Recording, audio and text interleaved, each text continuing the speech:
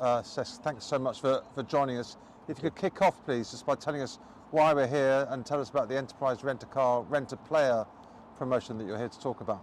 No, it's interesting for the Rent-A-Player because we have the possibility, the opportunity, to meet people that love football, that they want to be part of the project, of the moment, and experience, new things. I didn't play for 8 months since I retired, so it will be also important for me to put the boots back on and have some fun and hopefully win the game as well.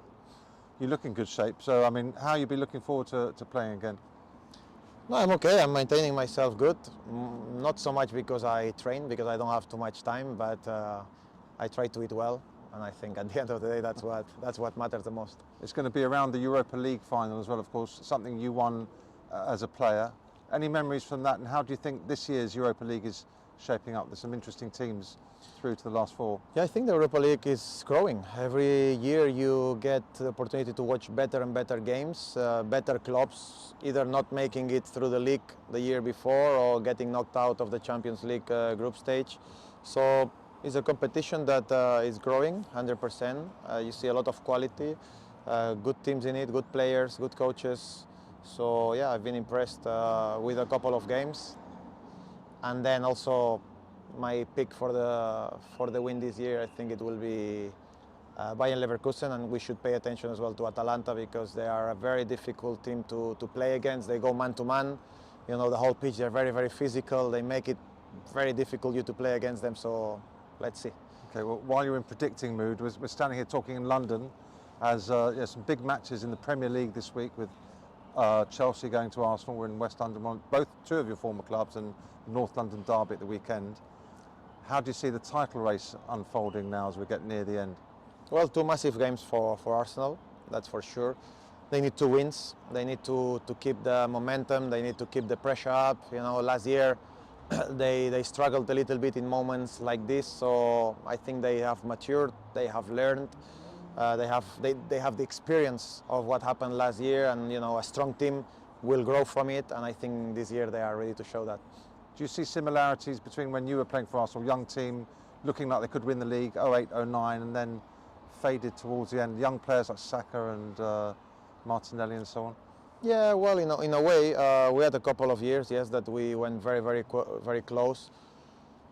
It's not an excuse, but we did have some very bad injuries. I remember the Flaminis, the Leps, the Rosicki's, Van Persie's. At the end of, when you lose 3 or 4 big players like this, important in a young team, you will always struggle. So hopefully this doesn't happen to Arsenal this year, and they can still compete for the title till the end.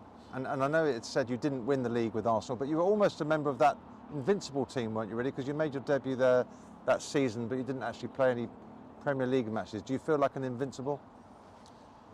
Well, it's not fair to say that I won it, but I did feel part of it in a way because I was every day with them. I was changing with them. I was training every day with them. I played 3 games, I think, in the Cup. I went to the Champions League as well on the bench. So did I feel part of it? Yes, because I was involved in everything they did. And I want to believe that I did my part, in the training sessions to try to raise the level in whatever part I could, making my name inside the team. But of course, I cannot say that I won it because I didn't play, but feeling part of it, yes, I did feel part of it. And what would it mean to you sort of emotionally if Arsenal were to achieve a title win this season? Well, it would be fantastic because that means that the club is where they deserve. They belong to compete, which they are already doing for the last 2 years, which is already a big thing after a couple of years where maybe Arsenal was not competing till the very end of the season. So no, I'm delighted for them. I know what they are building in there, starting from Edu, from the owners obviously, and Mikel, throughout the whole team. They're doing very well, and I'm very happy for them. Mikel's had a fantastic impact on the club, not just the first team, but the whole culture of Arsenal. Yeah. How's he regarded in Spain as a coach? Well, the thing is that he's never played really there. He played for Real Sociedad a little bit, a year, not much. That he's never managed there. So, it's a little bit unfair to say anything because, when you've been part of a country, you know, competing as a player or as a coach, people kind of have seen you, you know, followed you for a long period of time.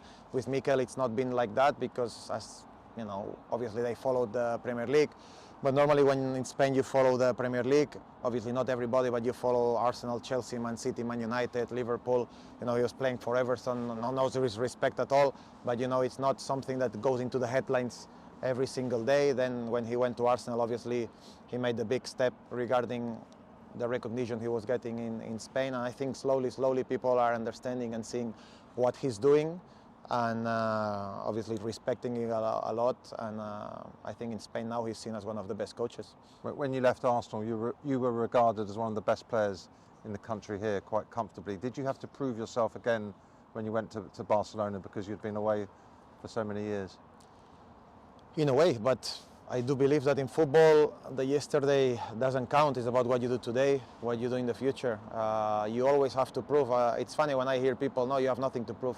I don't agree at all. You always have something to prove. Even if Messi, you know, he went to the MLS, he still needs to deliver because people are expecting the best from him every single day. So for me, you always need to prove for yourself, for people, and try to show that you're the best that you can.